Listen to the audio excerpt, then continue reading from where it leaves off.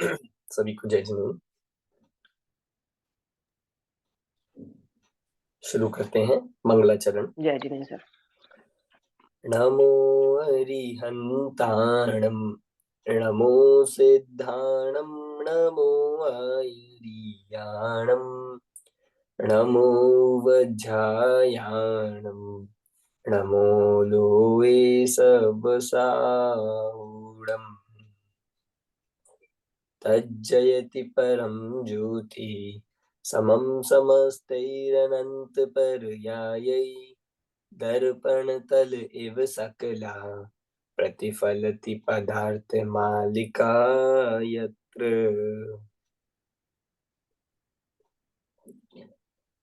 परमागम honours semester 7 paper 1 आचार्य अमृतचंद देव द्वारा रचित पुरुषार्थ सिद्धि उपाय। पुरुषार्थ सिद्धि उपाय जैन श्रावक का आचरण बताने वाला ग्रंथ।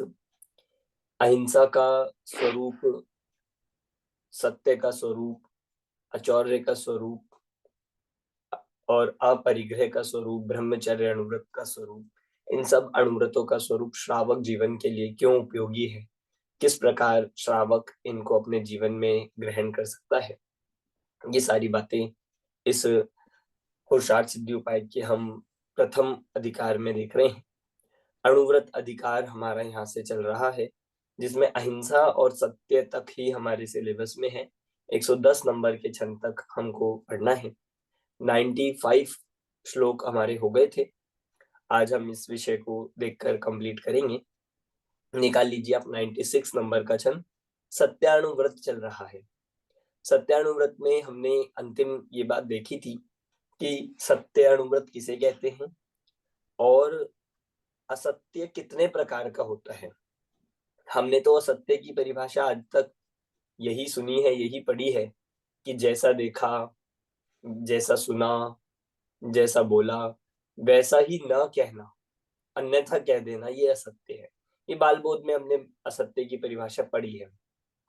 परंतु यहाँ जो असत्य की बात बताई जा रही है वो एक अलग लेवल की बता रहे हैं कि जैसा देखा वैसा ही कह देना वो भी असत्य हो सकता है। कब? कि जब उसमें 4 प्रकार के असत्य हो। 4 प्रकार के असत्य कौन कौन से थे? सद का मतलब सत्य का प्रलोभन, असत का उद्भावन, अन्यथा प्ररूपण और गर्हित वचन। कि 4 में यदि आपके वचन जो सत्य है उसको ढक रहे हैं, सिर्फ उसको प्रकट नहीं कर रहे हैं, वो भी असत्य है। दूसरा, यदि ऐसे वचन हैं जो असत्य को प्रकट कर रहे हैं, वो भी असत्य है। तीसरा, जो वचन कुछ अलग ही बता रहे हैं, जैसा नहीं था उससे अलग बता रहे हैं, वो होता है अन्यथा प्ररूपण, तीसरे नंबर का।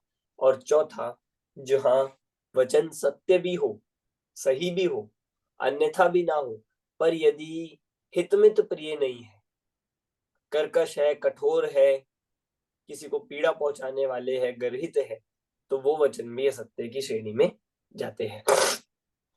अब यहाँ पर सबसे पहले गर्हित वचन का स्वरूप बता रहे हैं। गर्हित वचन में जो हमने 3 बातें ली थी कि निंदा के योग्य, निंदा वाले वचन जिनको यहाँ पर कहा था गर्हित, दूसरे कहे थे अप्रिय, और तीसरा यहाँ पर ये कहा था कि जो पाप युक्त हो। ऐसे 3 भेद कहे थे गर्हित वचन में। देखिए 96 नंबर का छंद।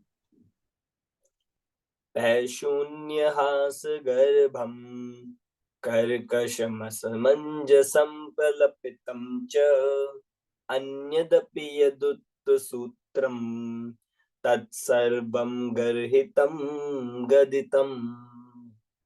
मतलब बहुत ही प्रैक्टिकल विषय चल रहा है, बिल्कुल जीवन में उपयोगी है, और हम इसको बात को समझकर अपने जीवन को, अपने इस जीवन में होने वाले सत्य से होने वाले दुख को दूर कर सकते हैं, असत्य से होने वाले दुख को दूर कर सकते हैं। देखिए क्या क्या कह रहे हैं। पै शून्य हास गर्भम। पहला कैसा है कि पै शून्य हास गर्भम। पै शून्य मतलब होता है निंदा और हास्य रूप।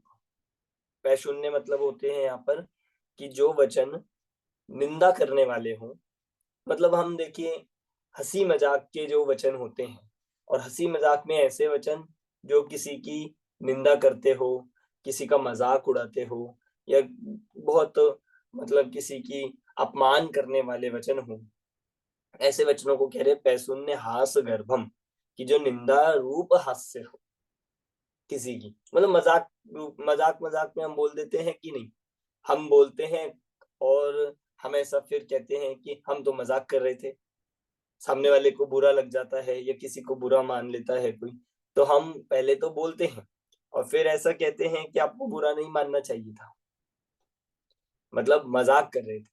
पर यहाँ जिनागम क्या कहता है कि मजाक में भी किए गए यदि कोई हास्य के वचन किसी को कष्ट देते हैं, यदि किसी को पीड़ा होती है, यदि किसी की उसमें निंदा होती है, तो वो दूसरा कर्कशम, कर्कश मतलब कठोर शब्द, जो बहुत बिल्कुल एकदम कठोर शब्द होते हैं, और जिसको हम ऐसा बोलते हैं कि भाई कड़वा सच, कड़वा सच बोलते हैं, और ऐसा लगता है हमको कि सच तो हमेशा कड़वा होता है, कि नहीं, जैन धर्म की परिभाषा कुछ अलग है, कि सच कड़वा नहीं हो सकता, जो कड़वा हो वो सच नहीं है, सच कड़वा नहीं होता, सत्य हमेशा जैसा है वैसा होता है, और जो वचन अप्रिय हो, कर्कश हो, वह सच हो ही नहीं सकता, ऐसा यहाँ पर कर्कश। तीसरा असमंजसम, असमंजस मतलब कि जो भ्रम रूप हो, भ्रम रूप में यहाँ पर लगाना है कि जो मिथ्यात्व सहित हो, मिथ्या श्रद्धान सहित वाले ऐसे वचन हो।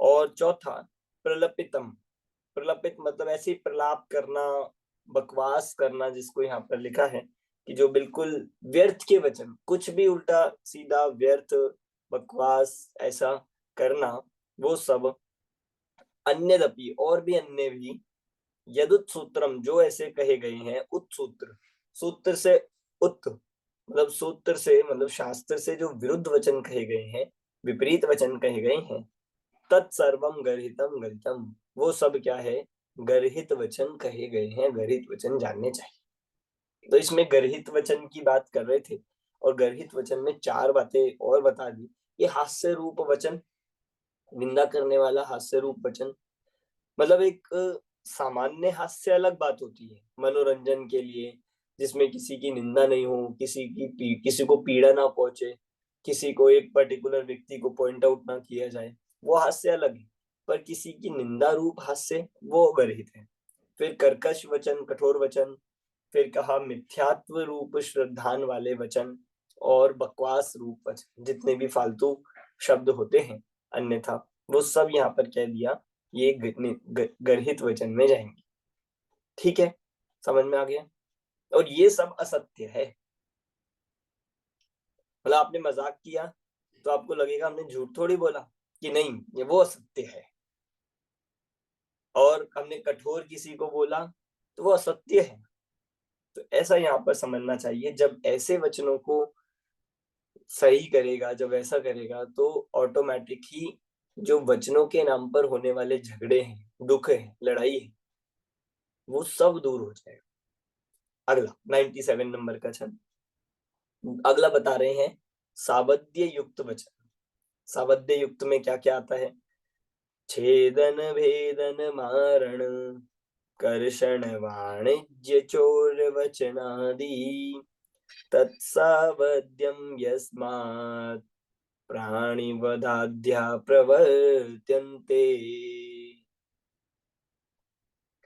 छेदन भेदन मारण, छेदन रूप, भेदन रूप और मारण रूप।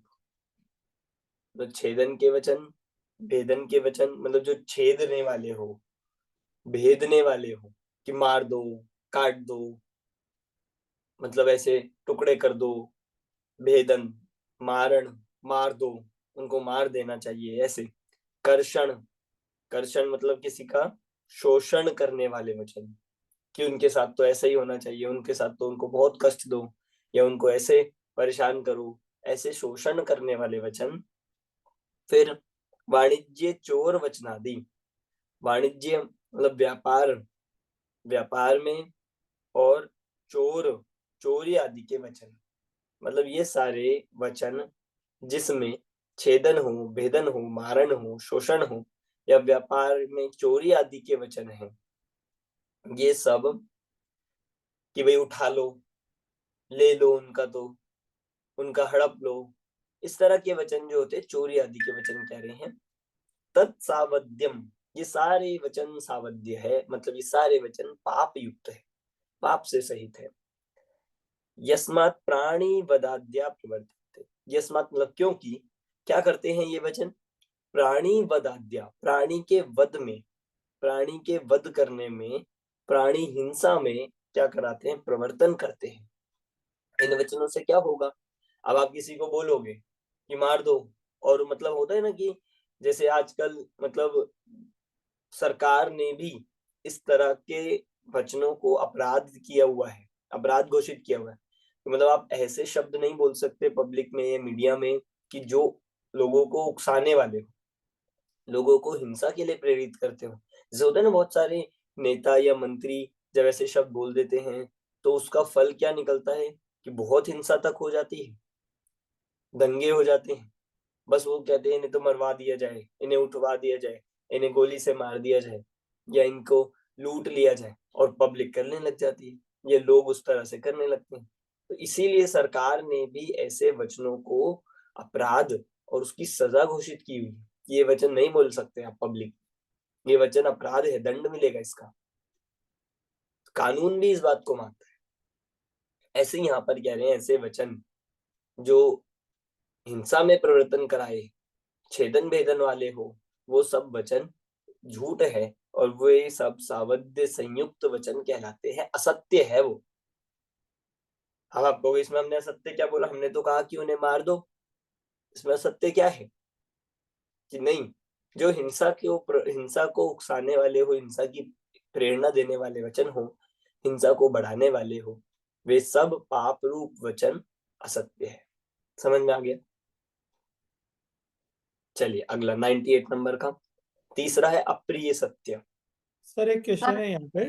हाँ जी। क्वेश्चन तो नहीं है, बेसिकली जैसे अब घर में होता है कि सब्जी काट लो, ये कर लो, तो कट करते बड़े लोग बोलते हैं अरे ऐसे मत बोलो, इसको सुधार लो, ऐसा बोलो।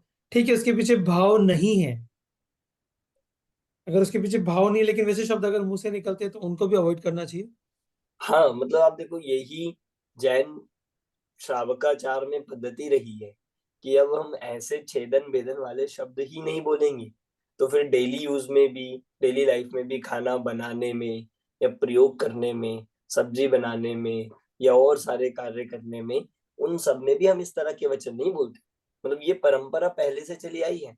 अब आप सोचो कि आज हमें ऐसा लगता होगा या लोगों को कि ऐसे बोलते क्यों है, इसके पीछे क्या कारण है, तो ये कारण है उसके पीछे।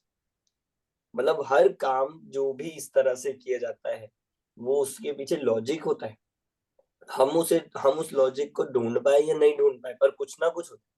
मैं आज की जनरेशन से आप किसी से पूछोगे तो कहेंगे इससे क्या हो गया बोलने से, कि नहीं ये वचन है।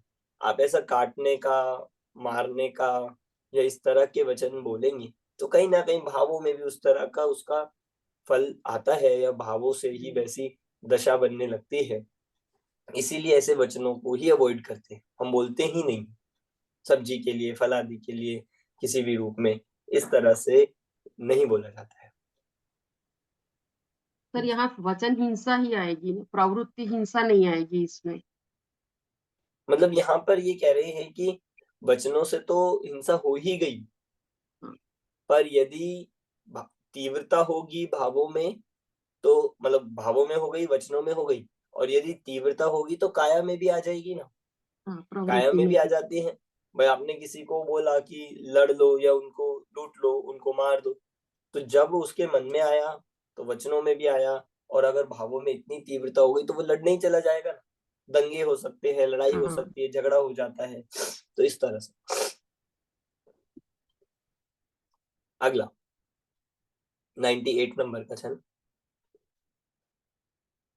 अरति करम भीति करम छेद करम बैर शोक कलह करम यद परमपि तापकरं परस्य तत्सर्वम प्रियम गेयम। अब देखो अप्रिय वचन कौन से होते हैं? अप्रिय को भी असत्य कह रहे हैं। अब आप कहोगे अप्रिय किसे कहें हम? आजकल तो कोई प्रिय शब्द बोलता ही नहीं है, और प्रिय जो बोलता है वो झूठ झूठ बोलता है। मतलब ऐसे ही कि मीठा बनने के लिए, या ऐसे प्रिय, क्या उन प्रिय शब्दों की बात है यहाँ पर कि नहीं? अब प्रिय शब्द समझ लीजिए उसमें क्या क्या आएगा।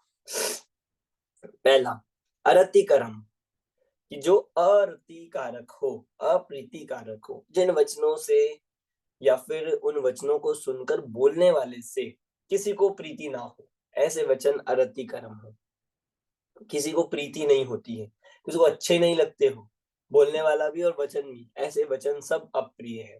दूसरा भीतिकरम, जो भीति करने वाले हो, भय करने वाले हो, डराने वाले हो, जो ऐसे वचन किसी के अंतरंग में भयभीत, जिसको अंतरंग में भयभीत करने वाले हो, ऐसे वचन को भी भीतिकरम, भयकारक, ऐसे वचन भी अप्रिय है।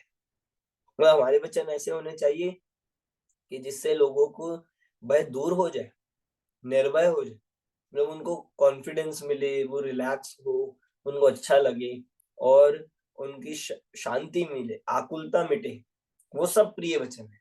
और जो भय उत्पन्न कराए, वो सारे वचन असत्य है। छेद कर्म, कि जो खेद कर्म, खेद करने वाले हो, किसी को खेद उत्पन्न कराए, रिग्रेट कराए, ऐसे वचन। वैर शोक कलह कर्म, वैर बढ़ाने वाले, शोक कराने वाले, और कलह करने वाले। मतलब कुछ लोग होते हैं ना कि दूसरों के परिवार में या दूसरों के रिश्तेदारों में या किसी में, पड़ोसी के, उनके घर में बहुत शांति होने से लोगों को अच्छी नहीं लगती है, या उनकी शांति अच्छी नहीं लगती, देखी नहीं जाती, तो क्या करते हैं कि आपस में एक दूसरे को उसकी चुगली करते हैं, बिड़ाते हैं। तो उसको हमारे यहाँ असुर जाति के देव जैसा काम कहा, कि जो नरक में जैसे असुर करते हैं ना, असुर बिड़ावे दुष्ट प्रचंड। ये असुर का काम क्या है? कि जो नारकी जो आपस में एक दूसरे को जानते भी नहीं है, कोई वो भी नहीं है, उनको पूर्व भव का जाति स्मरण करा करा के, मतलब वो अवधि ज्ञान से याद दिला दिला के उनको आपस में लड़ाते हैं। उनको क्या आता है मजा? कि उनको लड़ने में, देखने में मजा आता है। मतलब आज के संसार में भी ऐसे लोग भरे पड़े हैं। आपके घर में बहुत शांति होगी, आप लोग बहुत अच्छे से रह रहे होंगे, तो कोई तीसरा लोग आएगा या कोई दूसरा आएगा, वो क्या करेगा कि क्यों आप इतनी खुशी से क्यों रह रहे हो? तो ऐसे वचन बोलते हैं कि जिससे कलह बढ़े, जिससे शोक बढ़े, बैर बढ़े। तो ना तो हमें ऐसे वचन बोलने चाहिए, और ऐसे वचन को यहाँ पर कह रहे हैं कि ये अप्रिय, असत्य है, ये सब झूठ कहलाता है। तो ऐसे लोगों की जो रुचि होती है वो भी इसी प्रकार की होती है। उनको हिंसा में, लड़ाई में, कलह करने में मजा आता है, आनंद आता है। उनको मिलता कुछ नहीं है, बस देख के उन्हें अच्छा लगता है कि हाँ अब ठीक है। तो ऐसे वचन वैर शोक कलह कर्म, और यद अपरम अपी, और जो अन्य भी ताप कर्म, ताप बढ़ाने वाले हो, परस्य, मतलब जो ऐसे अन्य भी सब ताप बढ़ाने वाले हो दूसरे जीव को, तत्सर्वम अप्रियम ज्ञेयम, उन सबको अप्रिय शब्द जानना चाहिए। उन शब्द को कैसा जानना चाहिए? अप्रिय जानना चाहिए। ये यहाँ पर अप्रिय में बता दी क्या क्या गया? अप्रीतिकारक, भयकारक, खेद कारक, वैर शोक कलह बढ़ाने वाले हो, और संताप कराने वाले हो, ऐसे वचन अप्रिय होते हैं, और ऐसे ही वचन असत्य कहलाते हैं। यह सत्य का भेद है एक। मतलब हमारी जिम्मेदारी है हम कैसा सत्य बोल रहे हैं। हमें कैसा सत्य बोलना चाहिए कि हमारा सत्य भी हो, झूठ भी ना हो, और सत्य के साथ साथ सत्य को हमें प्रेजेंट कैसे करना है, वो वचन हमारे कैसे हो। इसीलिए वो हित मित प्रिय लगना चाहिए, इसलिए ये बात यहाँ पर कह रहे हैं। ठीक है। अमन जी, यहाँ पे लेकिन कोई झूठ झूठ ही बोल के अच्छा दिखने चाहे तो कैसे माने इसे? वो तो मतलब असत्य है ही। नहीं, लेकिन यहाँ पे प्रिय बोलने के हर चीज को प्रिय थोड़ी होती है। यहाँ पे तो अनेकांतवाद लगेगा। हर चीज सबको प्रिय लगेगी। जैसे अभी श्रवण बेलगोला में अगर सभी तरह की पूजा होती है और वहां पे अष्ट द्रव्यों से भी पूजा होती है, तो सबके लिए वो प्रिय तो होगी ही नहीं, तो उसमें झूठ हाँ, थोड़ी हो गया। मतलब वो तो क्रिया क्रिया के मुख्यता से हुआ, वो क्रिया प्रधान हो गई एक तरह से, आप ऐसा कह रहे हो, सब जगह से जहाँ पे पर वचनों में आप ये लगाइए कि जैसे भाई हमें ऐसे वचन बोलने चाहिए जो सत्य हो, पहली बात तो। और दूसरा, यदि आपको लगता है कि हम सत्य बोलेंगे और इनको अच्छा नहीं लगेगा, या फिर हम मान लीजिए जैसे आप पूजन के लिए या किसी भी चीज के लिए कहेंगे, अरे तो हमें अगर बोलने का ही इतना विकल्प है, तो हमारा ये विचार होना चाहिए कि हम उस सत्य को कैसे बोले, कि हम सत्य भी बोले और सामने वाले को अप्रिय भी ना लगे, पहली बात। दूसरा, जहां ऐसा लगता है कि भाई हमारे शब्दों से कलह बढ़ सकती है, वैर हो सकता है, संताप हो सकता है, कि सत्य बोलने पर भी ऐसा हो सकता है, तो वहां हम ना बोले बढ़िया है। क्योंकि जो ऐसे वचन स्व और पर दोनों को कलह कराने वाले हैं, दुख देने वाले हो, वो वचन से तो मौन श्रेष्ठ है, वो सत्य नहीं कहलाएगा। इसीलिए ये वो ये झूठ भी नहीं बोलने, कहलाएगा, वो असत्य थोड़ी कहलाएगा। वो मैं वही बोल रहा हूँ कि वो सत्य नहीं कहलाएगा, ठीक है, असत्य भी नहीं कहलाएगा किसको। और सामने वाले पे है, राइट, ये अपने आपने कह दिया, आपने अपने आप को तो दुखी नहीं किया, आपने जो बात किसको बता दी, अब उसे दुख हुआ उससे या अच्छा नहीं लगा, तो वो असत्य थोड़ी हो गया क्या। नहीं यही है। अब ये थोड़ा सा जो है, ये जो बात यहाँ पर कह रहे हैं वचनों की, सापेक्ष है। सापेक्ष मतलब हर कोई व्यक्ति ये कहेगा कि भाई हमने तो बोल दिया, अब सामने वाला खुद देखे। हम अपने बोलने के रिस्पॉन्सिबल हैं, हम तो बोल देते हैं, और सच तो हमेशा कड़वा होता है। लोग ऐसा बोलते हैं कि हम तो नहीं बिल्कुल। नहीं नहीं, हमारा इंटेंशन, उसके पीछे का जो कारण है वो भी किसी को दुख पहुंचाना नहीं है, तो वहां हाँ, कर्म का कोई बंध नहीं गिनना चाहिए, राइट, हाँ, कर्म का बंध भी नहीं गिनना चाहिए। और वहां बिल्कुल पे सही। कोई इंटेंशन भी नहीं है बुरा, तो उस हिसाब से तो उसमें कोई मतलब किसको हाँ, पाप का तब भी वो कोई कार्य सत्य नहीं नहीं। कहलाएगा, तब वो सत्य नहीं है। राइट। क्योंकि मूल उसके पीछे आपके भाव कैसे हैं, आप क्या चाहते हो। करेक्ट। आप ये चाहते हो कि अपना मान पोषण हो, हम ये चाहते हैं कि नहीं, हम राइट। तो बोलेंगे ही, हम तो बोलेंगे, हम हमसे बोले बिना रहा नहीं जाता, फिर वो कैसा भी बोले, हम सच बोलेंगे, हम सत्यवादी हैं। लोग होते हैं ऐसे, सत्य बोलेंगे और अपने मान के लिए, अपनी कषायों के लिए तो बोलेंगे। तो वो अगर सामने वाले को बुरा लगे या ना लगे, वो ऐसा बोलकर सोचते हैं कि हमें तो कोई दोष नहीं लगना चाहिए, पर ऐसा नहीं है। आपके परिणामों में, अभिप्राय में क्या है। क्योंकि इसके लिए मैं ऐसा एग्जांपल भी दे सकता हूँ काउंटर की, मतलब अगर लोगों की बात सुन के ही बुरा लगना ये सत्य हो जाए, तो फिर किसी को तो आचार्यों की बात सुनकर भी लग सकता है। राइट, कोई ना आचार्यों किसी ने को। जो बात कही, उन्होंने कहा रात्रि भोजन मत करो। अब ये सुन के जो रात्रि भोजन कर रहा होगा उसे तो बुरा लगेगा ही, तो फिर उनकी बात असत्य हो गई क्या, यहाँ पे कि नहीं। नहीं, यहाँ पे एक एडिशन होना चाहिए कि कषाय न करके वही कही गई बात हो, तब आ ठीक रहा है, है, राइट, अगला कषाय अगला हो छंद आ तो। रहा है, ओके। जहाँ पे इसमें हिंसा कैसे होती है, उसमें प्रमाद कैसे जुड़ता है, उसमें प्रमत्त योग का क्या रोल होता है, वो जुड़ रहे हैं। ओके। ठीक है। 99 नंबर का छंद, असत्य वचन में हिंसा का सद्भाव दिखलाते हैं। असत्य वचन के यहाँ पर अगला बता रहे हैं कि हिंसा कहाँ है, इसमें गलती कहाँ रही, तो बता रहे हैं सर्वस्मिन्नप्यनस्मिन् प्रमत्त योगैक हेतु कथनं यत् अनृतवचनेऽपि तस्मिन् नियतं हिंसा समवतरति। अब यहाँ पर असत्य वचन में हिंसा का सद्भाव, कि सर्वस्मिन अपि अस्मिन, कि सभी वचनों में, सभी वचनों में, सर्वस्मिन अपि, सभी वचनों में, सभी इन वचनों में जो पिछले बताए हैं, इन सभी वचनों में प्रमत्त योगेक हेतु कथनम यत, यत मतलब क्योंकि, क्योंकि इन सभी वचनों में जो पीछे बताए हैं, प्रमत्त योगेक मतलब प्रमत्त योग होने से, प्रमाद का योग होने से, प्रमत्त सहित होने से, और प्रमत्त में मिथ्यात्व, अविरति, प्रमाद, कषाय सब आ जाएंगे। प्रमाद का मतलब सिर्फ प्रमाद नहीं है, मिथ्यात्व, अविरति, प्रमाद, कषाय, ये सब अभिप्राय से जुड़ जाएगा। अगर आपके वचनों में कषाय है और आप सत्य भी बोल रहे हो, आपके भावों में कषाय है और आप सत्य भी बोल रहे हो, तो वो असत्य है। आपके अभिप्राय में मिथ्यात्व है, मिथ्या श्रद्धान है, विपरीत है, विपरीत मान्यता है, और आप सत्य भी बोल रहे हो, मीठा सत्य भी बोल रहे हो, तो वो भी असत्य है। तो इसीलिए यहाँ पर कह दिया कि प्रमत्त योग एक हेतु कथनम, इस हेतु के कथन होने से अनृत वचने अपनी, अनृत वचन असत्य वचन में भी, असत्य वचन में तस्मिन नियतम हिंसा समवसरति, कि ऐसे असत्य वचन में नियम से हिंसा होती है, उसमें नियम से हिंसा होगी।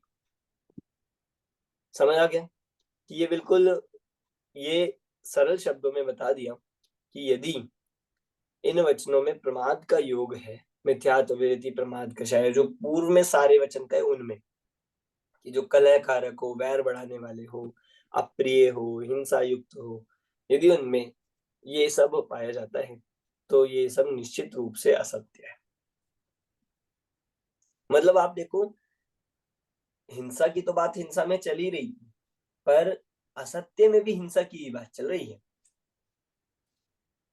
हिंसा को इसीलिए सब पापों में सबसे बड़ा कहा, और अहिंसा को परम धर्म भी इसीलिए कहा, अहिंसा सब धर्मों में सबसे बड़ा धर्म है। समझ आ सर, गया? हाँ जी। असत्य वचन में नियम से हिंसा होती है प्रमाद होने से, पर प्रमाद होने से तो सत्य वचनों में भी हिंसा होगी ना। नहीं, सत्य वचनों में प्रमाद तो कैसे होगा? जैसे सत्य वचन बोल रहे हैं, लेकिन प्रमाद से आ, उसमें जो प्रमाद के फैक्टर्स है वो आ जाएंगे, तो वो भी तो देखो, हिंसा होगी। प्रमाद होता क्या है, पहले हम ये जान लें। प्रमाद के जो भेद कहे गए हैं उसमें क्या क्या आता है। उसमें मतलब आप प्रमाद में सिर्फ प्रमाद नहीं समझना, पहले तो मिथ्यात्व भी लगेगा। मिथ्यात्व सहित वचन सब असत्य है, इसका अर्थ है प्रमाद सहित वचन। दूसरा कषाय आता है, प्रमाद में 4 कषाय आती है। कषायों सहित जितने भी वचन बोले गए हैं वो सब असत्य है। ऐसे प्रमाद सहित का मतलब ये है, पंचेंद्रिय विषय सहित जो वचन ऐसे आते हैं, पंचेंद्रिय विषयों की पुष्टि करने वाले, बढ़ाने वाले, उनका पोषण करने वाले, वो वचन असत्य है, तो उन्हें कहते हैं प्रमाद सहित वचन। ऐसे उन्हें कहना है प्रमाद। प्रमाद मतलब आलस नहीं है सर, ये सब लगेगा। चोर जो वी कथाएं हैं, वी कथाओं को भी प्रमाद में लिया है, तो वो प्रमाद सहित जो वी कथाओं वाले वचन होंगे, बैठकर 4 लोग बातें कर रहे हैं, वी कथाएं कर रहे हैं, वो सारे वचन प्रमाद सहित है। हाँ सर, मेरा भी वही है कि आलस वाला नहीं, पर दूसरे जो प्रमाद है वो भी तो उसमें भी यदि कुछ सत्य बोला गया तो भी मतलब वो तो फिर हिंसा सत्य ही होती है। नहीं है, वो कह रहे हैं वो सत्य हाँ ही नहीं है। जैसे हाँ। क्रोध के साथ आप सत्य बोलो तो सत्य हुआ कि नहीं? क्रोध पर में सत्य बोला तो, गया, वो सत्य नहीं हाँ है। सर। ऐसे ठीक है, आगे चले। 100 नंबर का छंद, प्रमाद सहित योग को हिंसा सर का इसमें कहा है। तो हाँ सर जी। इसमें तो सत्य बोले कि असत्य बोले, लेकिन जिस जिस समय पे वचनों की जो हमारी वो होती है सत्य और असत्य, उसमें हमारे परिणाम कैसे होते हैं। अगर कसाय रूप है रागादि परिणामों के साथ अगर हम सत्य भी बोले असत्य भी बोले, तो उसमें उसका फल तो लगेगा ना। हाँ, मतलब भावों के ही जो शब्द होते हैं वो हमारे भावों के ही परिचायक होते हैं, हाँ भावों सर। को दिखाने वाले हैं। आपके वचन में अगर कठोरता है, इसका मतलब भावों में कठोरता है। आपके वचनों में यदि हिंसा है तो अपने भावों में हिंसा है। अगर आपके वचनों में मिथ्या, विपरीतता और भ्रम, इस तरह से कलह आदि है, बैर है, शोक है, तो कहीं भावों में भी है। तो भावों का ही फल है, और भावों से ही वचन निकलते हैं, वचनों से ही क्रिया में आ जाती है। इस तरह से उसका क्रम है। ठीक सर है। यदि कोई चोर है, यदि वो सच बोल रहा है तो भी वो असत्य ही होगा क्या। कौन? कोई चोर, चोरी किया किसी ने और हाँ फिर हाँ भी वो सत्य बोल रहा है, तो वो हाँ हाँ, असत्य की श्रेणी में आ जाएगा। मतलब चोरी किया वाले तो नहीं, मतलब ऐसा कहेंगे हम, चोरी को बढ़ाने वाले जो वचन है, चोरी की प्रेरणा देने वाले जो वचन हैं, चाहे वो सच भी हो, फिर वो वचन असत्य है क्योंकि वो चोरी को बढ़ा रहे हैं। ठीक है। चलिए 100 नंबर का छंद। अब इसमें हिंसा क्यों है एक और बता रहे हैं। हेतौ प्रमत्त योगे निर्दिष्टे सकल वितत वचनानां हेयानुष्ठानादेव नुवदनं भवति न सत्यम्। हेतौ प्रमत्त योगे, क्या हेतु से, हेतु होने पर, किसका हेतु होने पर, कि प्रमत्त योगे, प्रमाद सहित योग, मतलब प्रमाद होने पर, और प्रमाद में सब चीज आ जाएगी जो बाकी सब है, उनका हेतु होने पर, क्या निर्दिष्टे, निर्देश करने में आया होने से, मतलब निर्देश किया गया है, प्रमाद सहित योग का हेतु होने पर क्या होगा, सकल वितत वचनानाम, सकल वितत, सकल मतलब सारे, वितत, वितत कहते हैं झूठ, सारे झूठ वचनों का, सारे झूठ वचनों का प्रमाद सहित योग होने से, ऐसा क्या कहने में आया है, हे अनुष्ठानादे अनुवदनम भवति न सत्यम, कह रहे हैं कि ऐसा हे अनुष्ठानादे, कि हे अनुष्ठान मतलब हे उपादे, इन सब को, अनुष्ठानों का कहना, हे आदि झूठ आदि, मतलब हे क्या है, उपादे क्या है, ऐसे अनुष्ठानों का कहना, अनुवदनम भवति न असत्यम, वह असत्य नहीं है। कह रहे हैं मतलब कषाय युक्त, प्रमाद युक्त जो वचन है वो झूठ है, और जो प्रमाद युक्त नहीं है, जो कषाय युक्त नहीं है, वो असत्य नहीं है। इसलिए मतलब यहाँ पर ये कह दिया, समस्त झूठ वचनों का प्रमाद सहित योग हेतु निर्दिष्ट करने में आया होने से हे उपाधि आदि अनुष्ठानों का कहना झूठ नहीं है। मतलब देखिए, ये वही बात आ गई जो मैंने अभी एग्जाम्पल दिया था, कि मान लीजिए कोई आपको, कोई हितैषी जीव धर्मोपदेश दे रहा है, कोई व्यक्ति आपको मोक्ष मार्ग बता रहा है, कोई रात्रि भोजन त्याग करने की प्रेरणा दे रहा है, कोई आलू प्याज छोड़ने की प्रेरणा दे रहा है, तो अब आपको तो सुनने में अच्छा नहीं लगेगा, जो बुरा है तो हमारे गलत, तो आपको बात सुनने में अच्छी नहीं लगी, तो क्या वो झूठ में जाएगा, क्या उसके उन वचनों को असत्य कहा जाएगा कि नहीं, वो वचन असत्य नहीं होंगे। क्यों? क्योंकि वो हे उपादे का अनुष्ठान कर रहा है, मोक्ष मार्ग बता रहा है, आपको सही मार्ग का उपदेश दे रहा है, तो उसमें वो असत्य नहीं होगा। नहीं तो एक दिक्कत आती, जैसे कोई माँ होती है या जो माता पिता होते हैं, वो बच्चों को जितने भी वचन बोलेंगे बच्चों को अच्छे नहीं लगेंगे। वो बोलते हैं कि आप ऐसा करो, ऐसा नहीं करो, पढ़ाई करो, ऐसा नहीं करो, तो फिर तो सब वो पूरे दिन भर झूठ ही बोल रहे होंगे माता पिता, वो बच्चों को अच्छे नहीं लगेंगे। और अप्रिय वचन तो आपने अप्रिय वचन तो आपने कहा सत्य होते हैं कि नहीं, हे उपादे का अनुष्ठान कर रहे हैं, कोई आप वह किसी प्रकार से क्या है, क्या करना चाहिए, क्या नहीं करना चाहिए, किसका त्याग करना चाहिए, इसका अनुष्ठान यदि कर रहे हैं तो वह असत्य की श्रेणी में नहीं जाएगा। असत्य की कैटेगरी में जाने का कारण सिर्फ क्या कहा है, प्रमाद है, प्रमत्त योग कहा, कि प्रमत्त योग का हेतु ये होना चाहिए, बस समझ आ गया। मतलब किसी, आप इस बात को सर्वथा ना समझ, सापेक्ष कथन किस प्रकार है, बोलने की अपेक्षा से भी है, दूसरा आपके भावों में क्या है, बोल क्या रहे हैं, इन सब चीजों पर ये निर्भर करता है, इस प्रकार ये कहा जाएगा। ठीक है, समझ में आया। आगे 101 नंबर का छंद। भोगो, अब आ रहा है असत्य वचन के त्याग का प्रकार। अब असत्य वचन का त्याग हम कैसे कैसे कर सकते हैं, देखिए।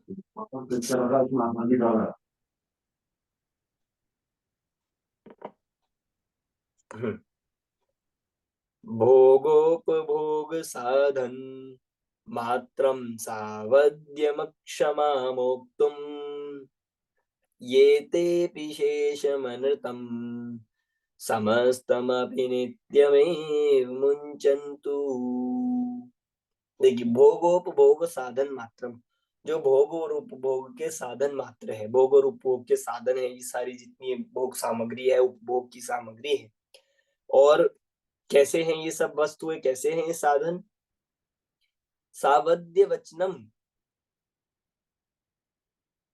जो सावद्य वचन, सावद्य वचनों को मतलब ये सारे जितने झूठ वचन हैं, जितने ये अप्रिय असत्य वचन हैं, उनको मोक्तुम, मोक्तुम मतलब होता है छोड़ने में, मोक्तुम करते हैं छोड़ने में।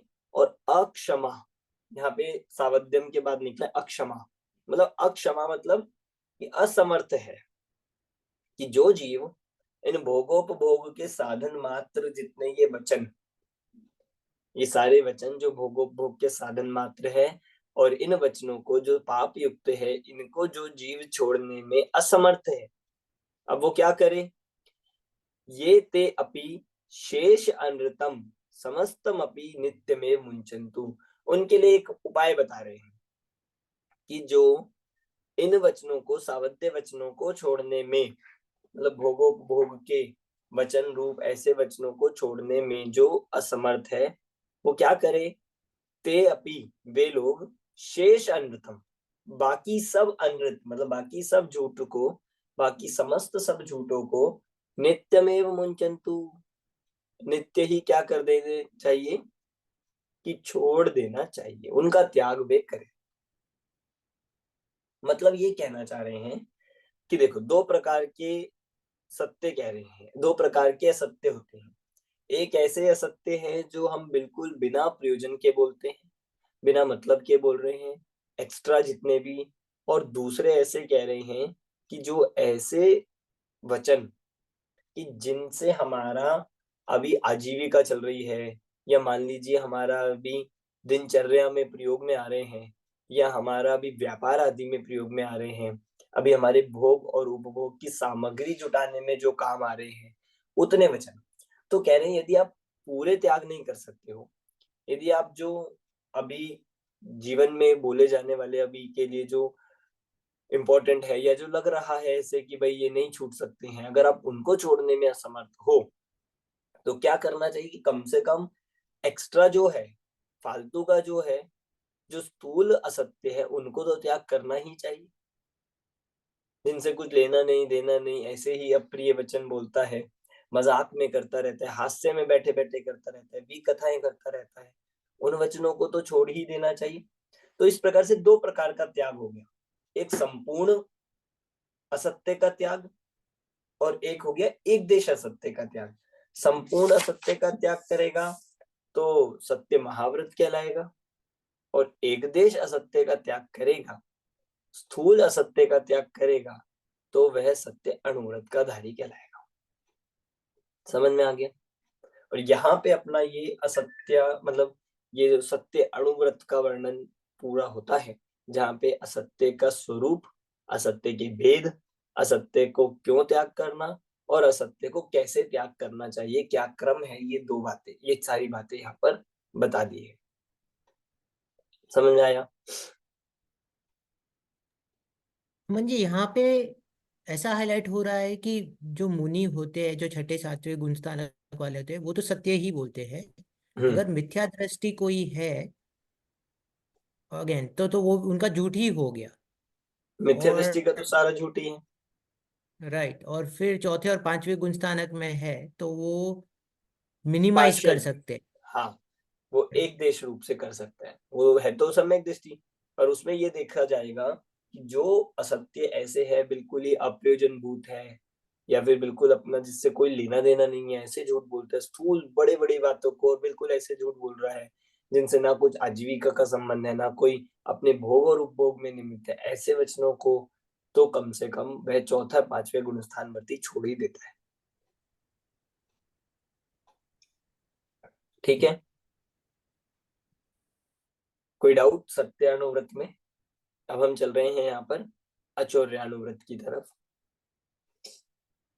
अचौर्यानुव्रत, अब चोरी का एक देश त्याग, तीसरा है पाप चोरी, और तीसरा है व्रत अचौर्य। महाव्रत होगा तो अचौर्य महाव्रत कहलाएगा, अणुव्रत होगा तो अचौर्य अणुव्रत कहलाएगा। क्योंकि श्रावकाचार की बात चल रही इसलिए हम अणुव्रत की बात यहाँ पर करेंगे। अवितीर्णस्य ग्रहणं परिग्रहस्य प्रमत्त योगाद्यत तत्प्रत्ययेयं स्थेयं सेव च हिंसावदस्य हेतुत्वात्। अवितीर्णस्य तीसरा पाप, तीसरा पाप यहाँ पर क्या कह रहे हैं, तीसरा जो चोरी के लिए बात कही, अवितीर्णस्य, वित्तीर्ण होता है दिया हुआ, और अवित्तीर्ण मतलब बिना दिया हुआ, बिना दिया हुआ हो, उसको ग्रहणम, उसको ग्रहण करना। और कैसा, और क्या कह रहे हैं, अवित्तीर्ण में क्या क्या, कि परिग्रह से, अवित्तीर्ण परिग्रह का मतलब बिना दिए गए, परिग्रह मतलब जितने भी सोना चांदी धन धान्य दास सब चीजें, बिना दी गई कोई भी वस्तु का ग्रहणम, उसका ग्रहण करना। और वो भी कैसा, प्रमत्त योगात, प्रमाद सहित होने से, प्रमाद अंतरंग में हो, मतलब अंतरंग में भावों में प्रमाद हो, और वहां पर बिना दी हुई वस्तु को ग्रहण करना, वो क्या है, तत्प्रत्ययम, उसको जानना चाहिए। प्रत्यय मतलब जानना चाहिए, क्या जानना चाहिए, स्थेयम, चोरी, स्ते मतलब होता है चोरी। ये शब्द बहुत जगह मिलेगा आपको कहीं ना कहीं, स्तेय शब्द का मतलब होता है चोरी, उसको स्थेय अर्थात चोरी जानना चाहिए। और अचौर्य के लिए आपको लिखा मिलेगा अस्तेय, तो ऐसा उसको चोरी जानना चाहिए। सैव च हिंसा वधस्य, वह भी, वह चोरी भी वधस्य हेतुत्वात्, वध का, वध का हेतु होने से हिंसा, हिंसा है। मतलब यहाँ कहना चाह रहे चोरी सिर्फ चोरी नहीं है, चोरी के कारण से व्यक्ति हिंसा भी कर देता है, वह हिंसा का हेतु बन जाता है। होता है कि नहीं, व्यक्ति चोरी करता है, जब उसको चोरी के लिए कोई देख लेता है वह उसको मार देता है, या चोरी को कोई उसको ढूंढने निकलता है, चोर की जब पकड़ने जाते हैं तो वो अपने को बचाने के लिए किसी की हिंसा भी कर देता है, किसी का वध भी कर देता है। तो चोरी करने वाला व्यक्ति भी किसी भी हद तक जा सकता है, चोरी करने वाला झूठ भी बोलेगा, चोरी करने वाला हिंसा भी करेगा, मतलब सारे पाप शामिल है। इसलिए कह रहे हैं वह भी हिंसा ही है, झूठ में भी हिंसा सिद्ध करके आए हैं, चोरी में भी हिंसा सिद्ध करके आए, तो ऐसा यहाँ पर भी हिंसा को शामिल किया है। ठीक है, समझ में आ गया।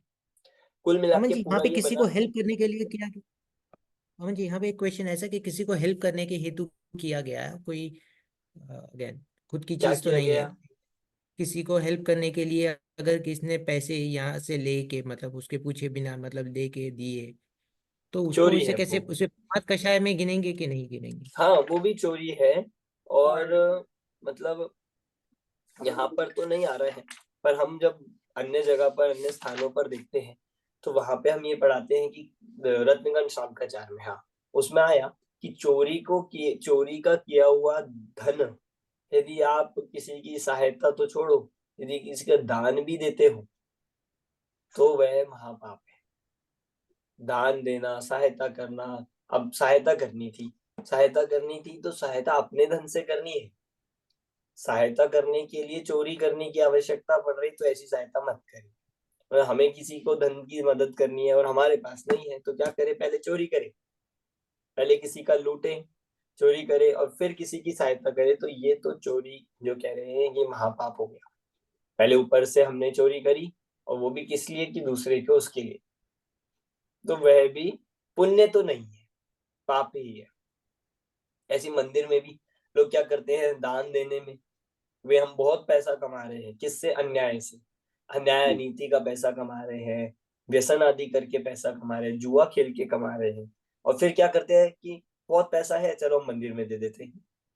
उनसे पूछो आप इतना क्यों कर रहे हो, कि नहीं हम तो मंदिर में देते हैं साल में इतना, हम तो मंदिर के लिए कर रहे हैं, हम तो दान देने के, कि नहीं, अन्याय नीति का पैसा या चोरी का पैसा जितना यदि आप दान में भी देते तो वो महापाप कराने वाला ही है, वह राइट, फलीभूत इसमें होता ही नहीं। टैक्स बचा के भी कोई करता है तो ऐसे ही हो जाता है। टैक्स बचा के या फिर चोरी करके या फिर व्यसन आदि से जुटाकर, मतलब जुए से करके, ये सारे जो धन आदि है उसे उससे ना दान देना वो बेटर है, पर ऐसा धन देना वो योग्य नहीं। ठीक है, अगला 103 नंबर का चल। चोरी में कैसे हिंसा है? अर्थानाम ययेते प्राणा एते बहिश्चरा पुंसाम हरति सतस्य प्राणान् यो यस्य जनो हरत्यर्थान्। अर्थानाम ययेते, अर्था अर्था मतलब वस्तु, अर्था नाम है ये कि वस्तुओं को, धन को क्या करता है? यह एते, जो, एते मतलब ये सभी, प्राणा मतलब प्राणी को, प्राणों को या जीवों के प्राणों को, वस्तुओं को या जीवों के प्राणों को, एते बहिश्चरा पुंसाम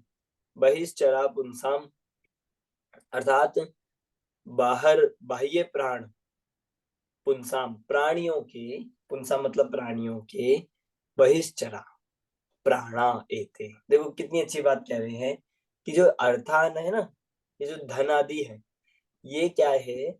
ये प्राणियों के बाह्य प्राण हैं।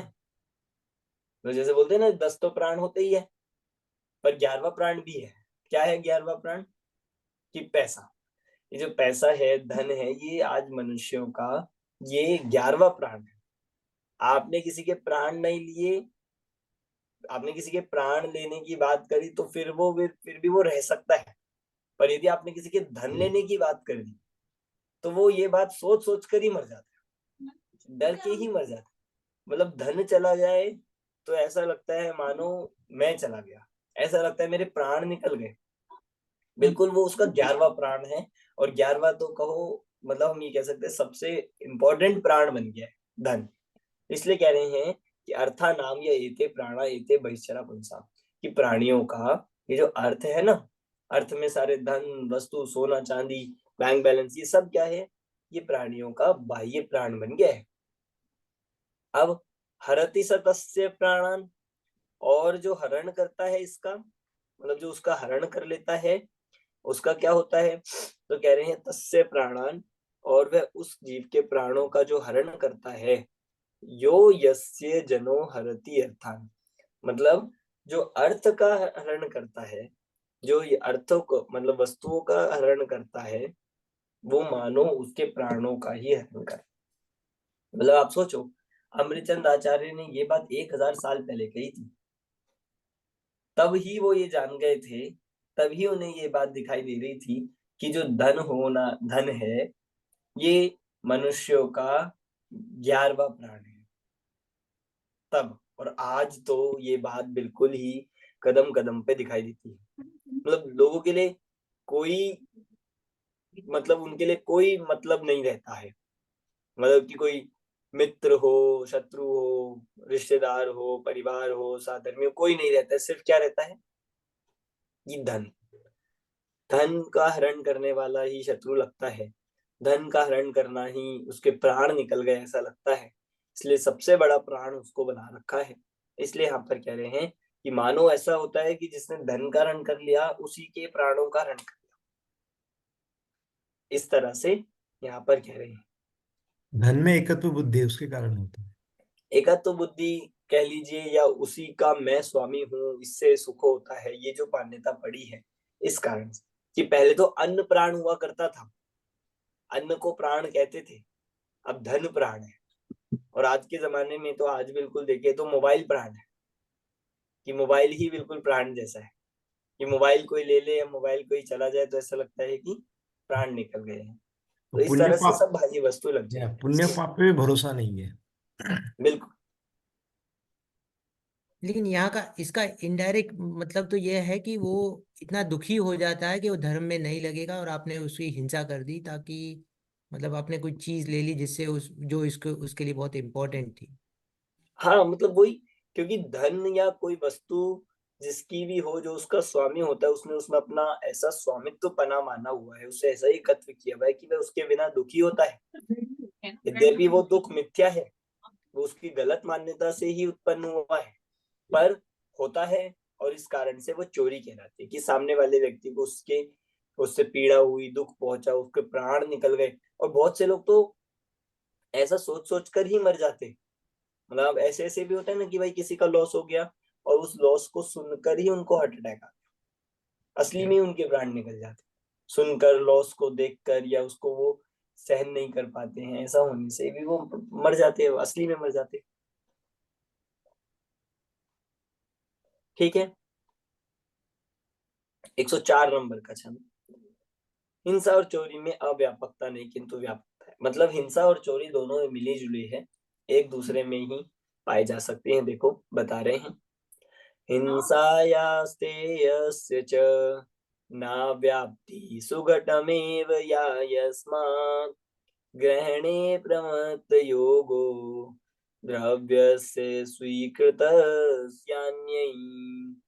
हिंसा या हिंसा में स्तेयस्य और चोरी का क्या है, न अव्याप्ति, इन दोनों में अव्याप्ति नहीं है, अव्याप्ति दोष नहीं है। अव्याप्ति नहीं मतलब कि इसमें लक्षण घटित ना हो, ऐसा नहीं है। सुघटमेव या यस्मात्, इसमें हिंसा आपस में वह लक्षण सुघटम, अच्छे से, बहुत बराबर रूप से क्या होता है, घटित होता है। यस्मात् मतलब क्योंकि, इसमें बहुत व्यवस्थित रूप से घटित होता है।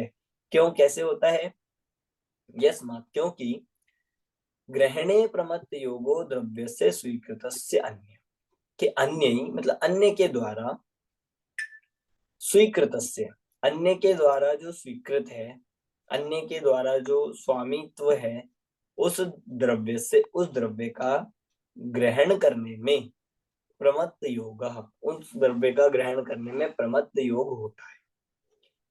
मतलब ये कह रहे हैं कि भाई हिंसा में चोरी का लक्षण बिल्कुल सुघटित होता है, अव्याप्ति नहीं है। क्यों, क्योंकि किसी के अन्य के द्वारा, जिसका जो उस मालिक है, उसका धन ग्रहण करने पर नियम से प्रमत्त योग होता ही है, और हिंसा का लक्षण बनाया गया है प्रमत्त योग।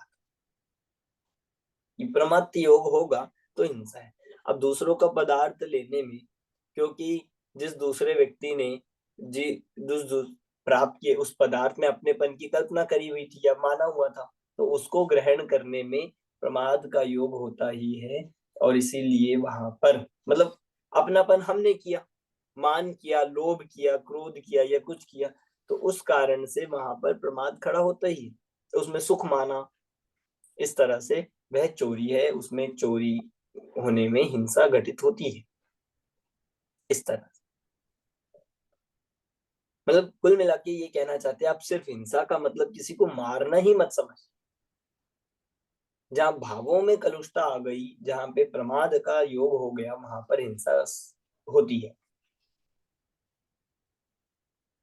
ठीक है, चलते अगला 105 नंबर का छंद। हिंसा और चोरी में अति व्याप्ति भी नहीं है। अब अव्याप्ति बता दी कि मतलब दोनों में ही प्रमाद योग घटित हो रहा है, अब अति व्याप्ति भी नहीं है। नाति व्याप्तिश्च तयो प्रमत्त योगैक कारण विरोधात् अपि कर्मानुग्रहणी निरागाणाम विद्यमनत्वात्।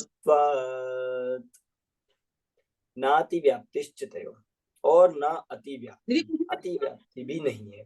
ना अति व्याप्ति, अति व्याप्ति भी नहीं है। तयो मतलब उन दोनों में जो नहीं है कि प्रमत्त योग एक कारण अविरोधात, मतलब प्रमाद योग एक कारण के विरोध से, मतलब प्रमाद योग रूप जो एक कारण के विरोध से, उनसे क्या होता है, अपि कर्मानुग्रहणे, जब दोनों में प्रमाद का योग होगा तो अति व्याप्ति भी नहीं होगी। क्यों, क्योंकि जहां प्रमाद होता है, जहां प्रमाद होता है बस वहीं पे ही कर्मों का बंधन होगा।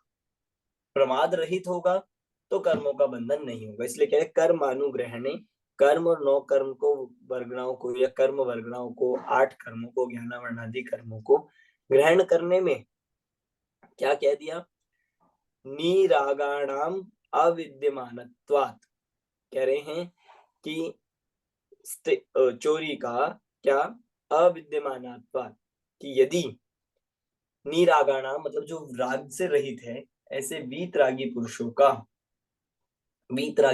का अविद्यमानत्वात् मतलब उनके अविद्यमान है होने से। तो कहना ये चाहते हैं कि भाई अतिव्याप्ति भी नहीं होगा। क्यों? देखो अब एग्जांपल दिया है यहाँ पर, अब समझिए। आपने ये बताया कि बिना दी गई किसी की वस्तु को ग्रहण करना चोरी है, ठीक है। तो अब जो ज्ञानी पुरुष है वो भी तो कर्म ग्रहण कर रहे हैं, तो हो गई कि नहीं कर्मों की चोरी? कर्मों को ग्रहण करना, आहार वर्गणाएं ग्रहण करना जो प्रति समय आ रही है आत्मा के साथ, तो बिना आप पूछ के कर रहे हो क्या किसी से? इन्हें आप पूछ नहीं रहे हो। आप पुद्गल से कोई परमिशन ले रहे हो क्या? क्योंकि उसका तो पुद्गल स्वामी है, आप उसको ग्रहण कर रहे हो, या ज्ञानी भी ग्रहण कर रहे हैं, तो कह रहे हैं कि फिर तो ज्ञानी की भी चोरी होनी चाहिए। ऐसा अति व्याप्ति दोष लगा रहे हैं। पर कहा कि नहीं, जो वीतरागी होते हैं, जिनके अंतरंग में प्रमाद योग का अभाव है, प्रमाद योग नहीं है, उनके कर्म नौ कर्मों का ग्रहण करने पर भी चोरी की अनुपस्थिति होती है, चोरी नहीं होती है। इसलिए यहाँ पर अति व्याप्ति दोष नहीं है। अब इसमें आप सब चीजों पे लगा लेना कि अगर कोई मुनिराज है, जो कोई मुनिराज है वन में रहते हैं, और वन में रहने पर वो नदी का झरने का पानी लेते हैं, जो कि वो ले सकते हैं, तो कोई कहे कि नहीं नहीं वो भी तो चोरी कर रहे हैं। अब देखो आपकी चोरी में अतिव्याप्ति दोष आ गया ना, वो भी ग्रहण कर रहे हैं तो उनको भी चोरी। ये ग्रहण करना ये चोरी का लक्षण नहीं है, सिर्फ ग्रहण करना। ऐसे तो कर्म भी ग्रहण कर रहे हैं, कोई ऐसी और भी अन्य चीजें ग्रहण कर सकता है, आहार ग्रहण कर रहे हैं मुनिराज, तो ग्रहण करना चोरी का लक्षण नहीं है। प्रमाद का योग होना, वहां पे प्रमाद योग का अभाव है, इसीलिए वे मुनिराज या वीतरागी पुरुष उनके चोरी नहीं होती है, हिंसा नहीं होती है। समझ में आ गया? जैसे पीछे बोल रहा था ना कि सिर्फ वचन बोलना ये सत्य नहीं है, उसके पीछे प्रमाद कैसा है, प्रमत्त योग है कि नहीं। ऐसे यहाँ पर कुछ वस्तु ग्रहण कर लेना, इसका नाम चोरी नहीं है, पर प्रमत्त योग है कि नहीं है उसके पीछे अभिप्राय कैसा है, भाव कैसे हैं, उसके पीछे हमारे इंटेंशन क्या है, उससे यहाँ पे प्रमत्त का योग कहा है, और वो चोरी की श्रेणी में जाएगा। ठीक है, समझ में आया? अगला 106 नंबर का छंद है चोरी के त्याग का प्रकार। जैसे हिंसा के त्याग का बताया 2 प्रकार से, झूठ के त्याग का बताया 2 प्रकार से, अब चोरी के त्याग का भी यहाँ पर बता रहे हैं। असमर्था ये कर तुम निपान तो यारिहरण विनिवृत्तम तैरपि समस्तम परम नित्यमदत्तम परित्याज्यम। असमर्था, यदि असमर्थ है किसमें? करने में, कर तुम, जो करने में समर्थ है। क्या करने में? निपातयो निपानतयो,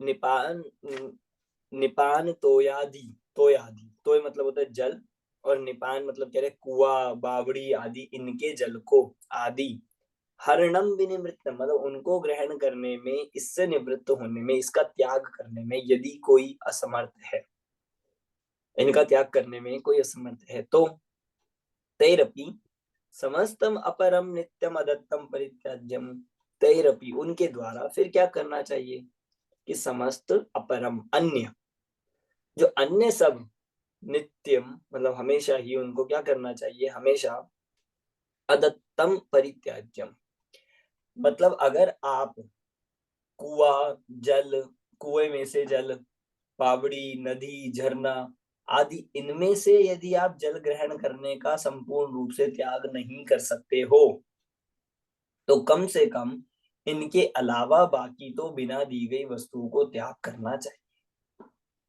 ये कहना चाहते।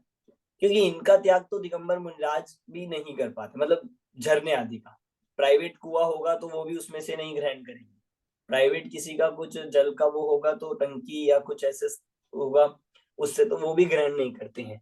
सिर्फ और सिर्फ मात्र कहाँ से लेते हैं कि भाई झरने से, नदी आदि का वो ग्रहण करते हैं, कुएं आदि का। अगर यदि इतना त्याग नहीं कर सकते हो, सर्वदेश रूप से पालन त्याग नहीं कर सकते हो, तो एक देश रूप से तो त्याग करना ही चाहिए। ऐसी मिट्टी भी होती है, जल और मिट्टी, मिट्टी आदि जो सामान्य जनता के उपयोग में होती हो, उनका ग्रहण करने में असमर्थ हो, यदि आप उनको अभी नहीं छोड़ पा रहे हो, पब्लिक चीजों को जो सामूहिक है या सरकारी है, सामाजिक है, ऐसी चीजों को यूज करने में अभी त्याग नहीं कर सकते हो, तो उसके अलावा तो बहुत सारी चीजें हैं जो हम बिना दिए ग्रहण करना चाहते हैं। फ्री की चीजें लेना, जो ऐसी चीजें हैं, या फिर बिना दी गई लेना, उठा लेना, ऐसे करना, इन सब चोरी का तो त्याग करना ही चाहिए। ठीक है, इस प्रकार यहाँ पर ये बता दिया है। आगे चलते हैं। अब यहाँ पर 106 नंबर के छंद तक चोरी का वर्णन, मतलब चौर्यानुव्रत का, अचौर्यानुव्रत का वर्णन पूरा होता है। अब आ रहा है ब्रह्मचर्य। 4 छंद हमारे इसके रह गए हैं बस।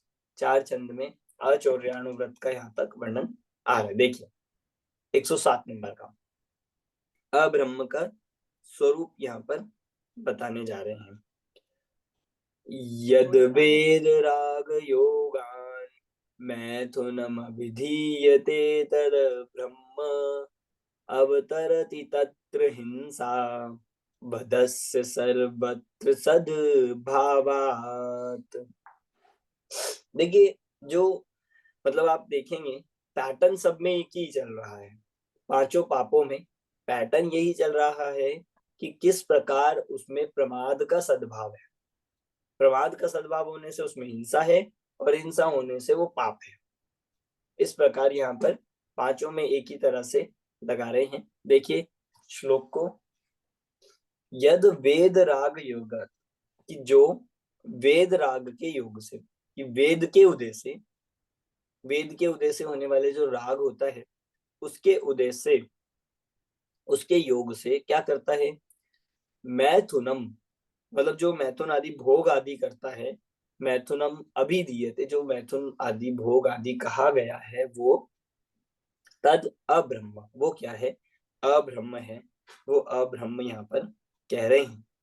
इसके बाद अवतरति तत्र हिंसा, वहां पर हिंसा अवतरती, हिंसा होती है, हिंसा उत्पन्न होती है।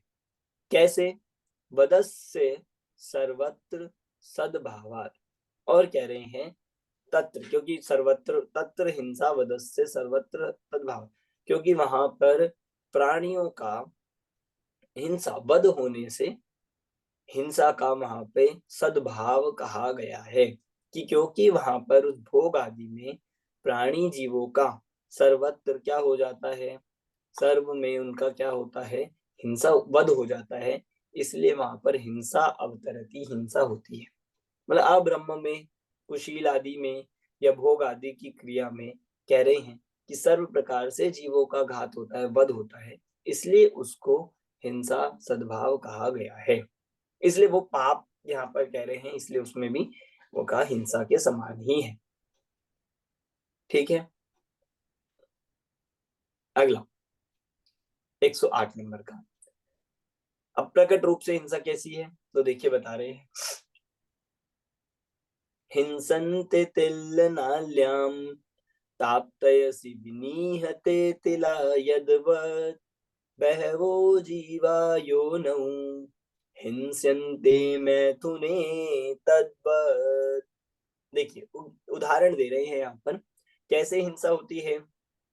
ये देखो, हिंस्यन्ते, हिंस्यन्ते मतलब मर जाते हैं, मर जाते हैं, मारे जाते हैं। क्या, तिल नाल्याम, तिल नाल्याम मतलब यहाँ पर ऐसा कह रहे हैं जैसे एक नली हो और वह तिल से भरी हुई हो, तिल से भरी हुई नली हो, और कैसी, तप्तायसी, तप्तायसी मतलब लोहे की कोई, गर्म लोहे की कोई शलाका हो, वो गर्म लोहे की कोई शलाका हो, कोई तलवार जैसा हो, आयसी मतलब तलवार हो, शलाका हो, उसके द्वारा जैसे विनिहते, उसको डालने से, उसको उसमें नली में डालने से क्या होता है, तिला, तिल क्या हो जाते हैं, यद्वत हिंसन्ते, जैसे किसी तिल से भरी हुई नली में गर्म लोहे की शलाका डालने से जैसे वहां पर तिल होते हैं, उसी प्रकार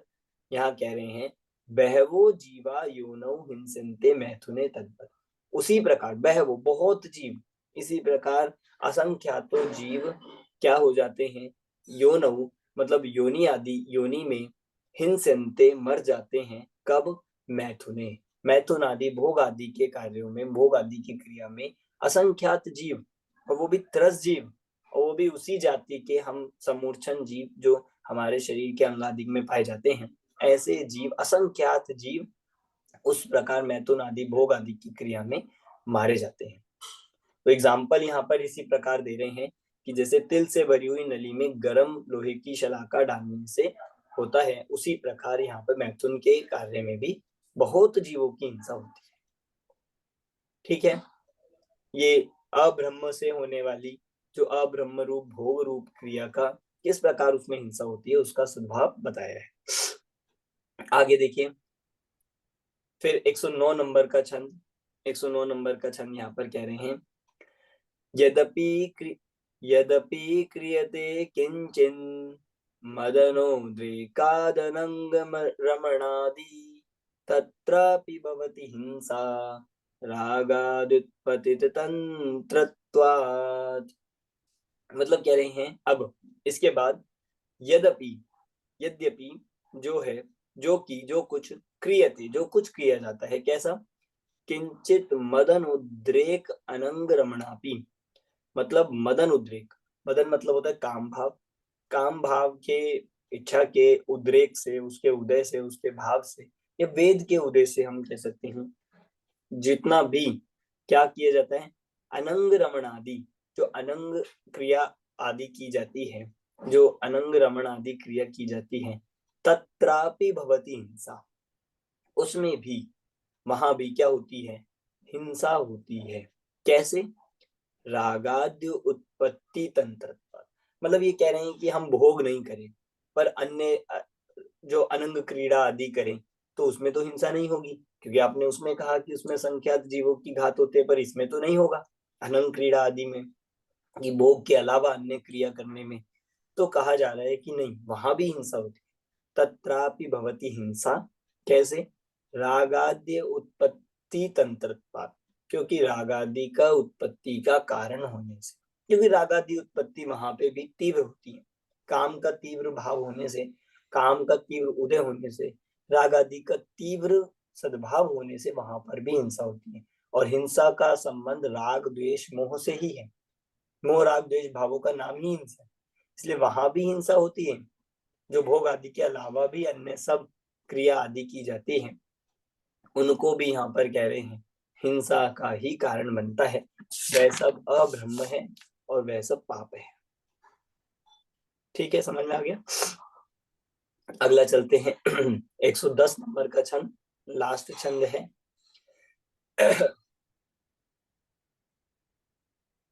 कुशील के त्याग का क्रम। अब ऐसी कुशील के भी त्याग का यहाँ पर क्रम दे रहे हैं कि उसको भी आप दो प्रकार से त्याग कर सकते हैं। कैसे, ये निज कलत्र मात्रम परिहर्तुं शक्नुवन्ति नहि मोहात् निश्शेष शेष योषी निश्चेवणम तैरपि न कार्यम।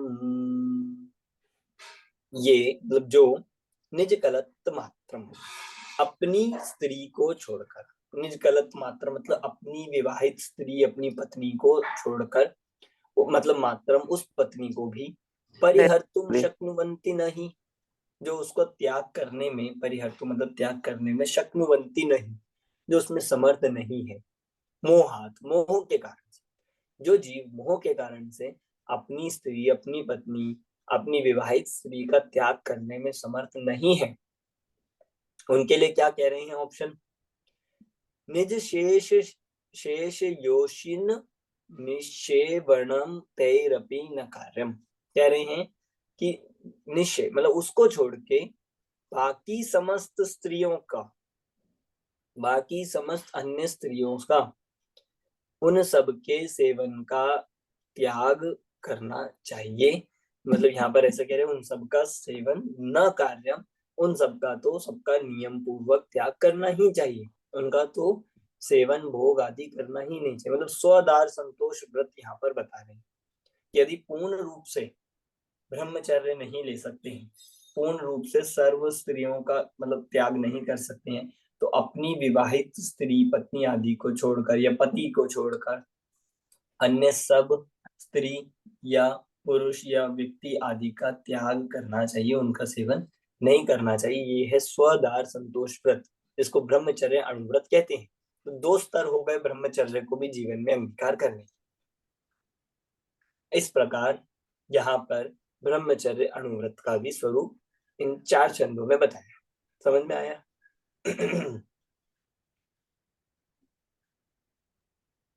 मन जी, यहाँ पे नपुंसक वेदियों को ये इसमें पाप किन्हीं कैसे कुशील के पाप लगता है कि नहीं लगता है? बिल्कुल लगता है, क्योंकि वहां भी यही है कि तीव्र राग का, तीव्र वेद का उदय होने से स्त्री भोग परिणाम भी होते हैं, पुरुष भोग परिणाम भी होते हैं। तो दोनों के होने के कारण से जो राग का सद्भाव है वो हिंसा है और वहां पे पाप लगता है। ठीक है। ठीक है, क्लियर हो गया? तो अपना विषय यहाँ तक पूरा होता है। 1 से लेके 110 नंबर के छंद हमने यहाँ पर पुरुषार्थ सिद्धि उपाय के ये संपूर्ण किए हैं, जिसमें अणुव्रत अधिकार अपना चल रहा था, जिसमें चारों अणुव्रत तो अच्छे से पूरा आया है। बस यहाँ पर परिग्रह परिमाण अणुव्रत को नहीं लिया, क्योंकि ये विषय ही अपने आप में बहुत यहाँ पे विस्तृत है, बहुत सारे छंद आए हैं। तो अपने कोर्स में सिर्फ ब्रह्मचर्य अणुव्रत तक का है। 110 छंद है, बहुत इजी है, बहुत सिंपल है। जो चीज समझ में नहीं आई हो तो आप टीका पढ़ सकते हो, भावार्थ पढ़ सकते हो, और उसके लिए बहुत अच्छा वर्णन लिखा है टोडरमल जी ने यहाँ पर टीका करी है। और कोई डाउट हो तो आप बाद में पूछ सकते हैं। इस प्रकार अपना अब अगली कक्षा से अपना अगला विषय प्रारंभ होगा, जिसमें हमें लेना है आगम के नए जो द्रव्यार्थिक पर्यायार्थिक नए हैं, वो हम अगली कक्षा से प्रारंभ करेंगे। तो आप तब तक इस विषय को एक बार रिवाइज कर लीजिएगा और पढ़ के जरूर, कोई डाउट हो तो आप पूछ सकते हैं। ठीक है? सर यहीं तक लिखना है ना, ब्रह्मचर्य अणुव्रत तक ही? हाँ, 110 नंबर के चलता पेपर 1 अपना कंप्लीट हो गया है। इस पेपर 1 का अपना पूरा यही सिलेबस है। आप चाहे तो अपना कॉन्सेप्ट क्लैरिटी इस पेपर 1 के आधार से बनाना प्रारंभ कर सकते हैं। ठीक है, अभी की कक्षा यहीं पे पूरी करते हैं। किसी को कोई डाउट हो तो आप बाद में पूछ सकते हैं। सभी को जय जिनेन्द्र। ऐसे जय जिनेन्द्र। जय श्री